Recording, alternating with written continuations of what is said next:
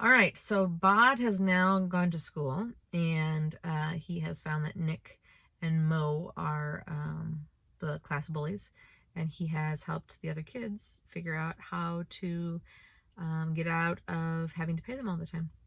And now Mo and Nick are after him. Bod was used to being ignored, to existing in the shadows. When glances naturally slip from you, you become very aware of eyes upon you, of glances in your direction, of attention. And if you barely exist in people's minds as another living person than being pointed to, being followed around, these things draw attention to themselves. They followed him out of the school and up the bridge, past the corner newsagent, and across the railway bridge. He took his time, making certain that the two who were following him, a burly boy and a fair, sharp-faced girl, did not lose him, and then he walked into the tiny churchyard at the end of the road, a miniature graveyard behind the local church, and he waited beside the tomb of Roderick Person and his wife Amabel, and also his second wife, Portunia. "You're that kid," said a girl's voice. "Bob Owens. Well, you're in really big trouble, Bob Owens." "It's Bod, actually," said Bod, and he looked at them. "With D, and you're Jekyll and Hyde." "It was you," said the girl. "You got to the seventh formers." "So we're going to teach you a lesson," said Nick Farthing, and he smiled without humor. "I quite like lessons," said Bod. "If you paid more attention to yours, you wouldn't have to blackmail younger kids for pocket money." Nick's brow crinkled. Then he said, "You're dead, Owens." Bod shook his head, and he gestured around them. "I'm not actually," he said. "They are." "Who are?" said Mo. "The people in this place," said Bod. "Look, I brought you here to give you a choice." "You didn't bring us here," said Nick. "You're here," said Bod. "I wanted you here. I came here. You followed me. Same thing." Mo looked around nervously. "You've got friends here?" she asked. Bod said, "You're missing the point, I'm afraid. You two need to stop this. Stop behaving like other people don't matter. Stop hurting people." Mo grinned a sharp grin. "For heaven's sake," she said to Nick, "hit him." "I gave you a chance," said Bod. Nick swung a vicious fist at Bod, who was no longer there, and Nick's fist slammed into the side of a gravestone. "Where did he go?" said Mo. Nick was swearing and shaking his hand. She looked around the shadowy cemetery, puzzled. "He was here. You know he was." Nick had little imagination, and he was not about to start thinking now. "Maybe he ran away," he said. "He didn't run away," said Mo. "He just wasn't here anymore." Mo had an imagination. The ideas were hers. It was twilight in a spooky churchyard, and the hairs on the back of her neck were prickling. "Something is really, really wrong," said Mo. Then she said, in a higher-pitched, panicky voice, "We have to get out of here." "I'm going to find that kid," said Nick Farthing. "I'm going to beat the stuffing out of him." Mo felt something unsettled in the pit of her stomach. The shadow seemed to move around them. "Nick," said Mo, "I'm scared."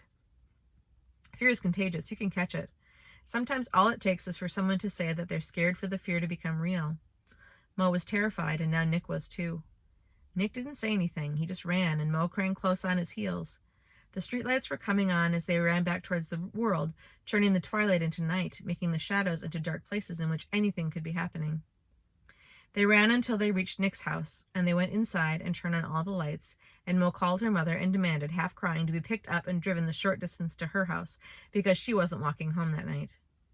Bod had watched them run with satisfaction.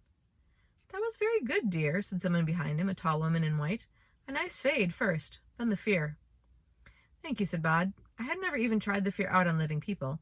I mean, I knew the theory, but, well..." "It worked a treat," she said cheerfully. "I'm Amabella Person. Bod, nobody Owens." "The live boy? From the big graveyard on the hill? Really?" Bod hadn't realized that anyone knew Bod hadn't realized that anyone knew who he was beyond his own graveyard. Amabella was knocking on the side of the tomb. "Roddy, Portunia, come out and see who's here." There were 3 of them there then, and Amabel was introducing Bod, and he was shaking hands and saying, "Charmed, I'm sure," because he could greet people politely over 900 years of changing manners. "Master Owens here was frightening some children who doubtlessly deserved it," Amabel was explaining. "Good show," said Roderick Person. "Bounders guilty of reprehensible behavior, eh?" "They were bullies," said Bod, "making kids hand over their pocket money, stuff like that." "A frightening is certainly a good beginning," said Portunia Person, who was a stout woman, much older than Amabella. "And what have you planned if it does not work?" "I hadn't really thought," Bod began, but Amabella interrupted. I would suggest that dream walking might be the most efficient remedy. You can dream walk, can you not? I'm not really sure, said Bod. Mr. Pennyworth showed me how, but I haven't really, well, there's things I only really know in theory, and Petunia Person said, dream walking is all very well, but might I suggest a good visitation? That's the only language these people understand. Oh, said Amabella, a visitation? Petunia, my dear, I really don't think so. No, you don't. Luckily, one of us thinks. I have to be getting home, said Bod hastily. They'll be worrying about me. Of course, said the Person family, and lovely to meet you, and a very good evening to you, young man. Amabella Person and Petunia Person glared at each other. Roderick Person said, if you'll forgive me asking, but your guardian, is he well? Silas? Yes, he's fine. Give him our regards. I'm afraid a small churchyard like this, well, we're never going to meet an actual member of the honor guard. Still, it's good to know that they're there. Good night, said Bod, who had no idea what the man was talking about, but filed it away for later. I'll tell him. He picked up his bag of school books and he walked home, taking comfort in the shadows. Going to school with a living did not excuse Bod from his lessons with the dead. The nights were long, and sometimes Bod would apologize and crawl into bed exhausted before midnight. Mostly he just kept going. Mr. Pennyworth had little to complain about these days. Bod studied hard and asked questions. Tonight Bod asked about hauntings, getting more and more specific, which exasperated Mr. Pennyworth, who had never gone in for that sort of thing himself. How exactly do I make a cold spot in the air, he asked, and I think I've got fear down, but how do I take it all the way up to terror? And Mr. Pennyworth sighed and harumphed and did his best to explain, and it was gone 4 a.m. before they were done. Bod was tired at school the next day. The first class was history, a subject Bod mostly enjoyed, although he often had to resist the urge to say that it hadn't happened like that, not according to the people who had been there anyway. But this morning Bod was fighting to stay awake. He was not doing all he could to concentrate on the lesson, so he was not paying attention to much else going on around him. He was thinking about King Charles I and about his parents, of Mr. and Mrs. Owens and of the other family, the one he could not remember, when there was a knock on the door. The class and Mr. Kirby all looked up to see who it was. It was a year 7 who had been sent to borrow a textbook. And as they turned, Bod felt something stab in the back of his hand. He did not cry out, he just looked up. Nick Farthing grinned down to him, a sharpened pencil in his fist. I'm not afraid of you, whispered Nick Farthing. Bod looked at the back of his hand. A small drop of blood welled up where the point of the pencil had punctured it. Moll Quilling passed Bod in the corridor that afternoon, her eyes so wide he could see the whites all around them. You're weird, she said. You don't have any friends.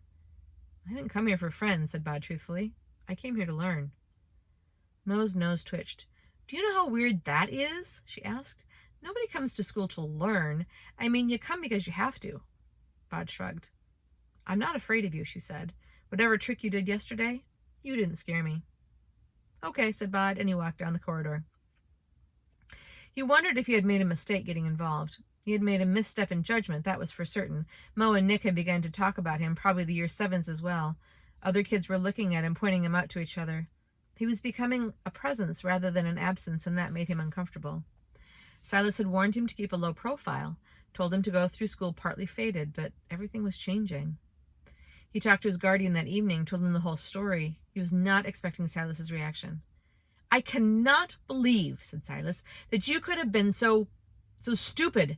Everything I told you about remaining just this side of invisibility, and now you've become the talk of the school? Well, what did you want me to do? Not this, said Silas. It's not like the olden times. They can keep track of you, Bod. They can find you. Silas's unmoving exterior was like the hard crust of rock over molten lava. Bod knew how angry Silas was only because he knew Silas. He seemed to be fighting his anger, controlling it. Bod swallowed. What should I do? He said simply. Don't go back, said Silas. This school business was an experiment. Let us simply acknowledge that it was not a successful one. Bod said nothing. Then he said, It's not just the learning stuff. It's the other stuff. Do you know how nice it is to be in a room filled with people and for all of them to be breathing?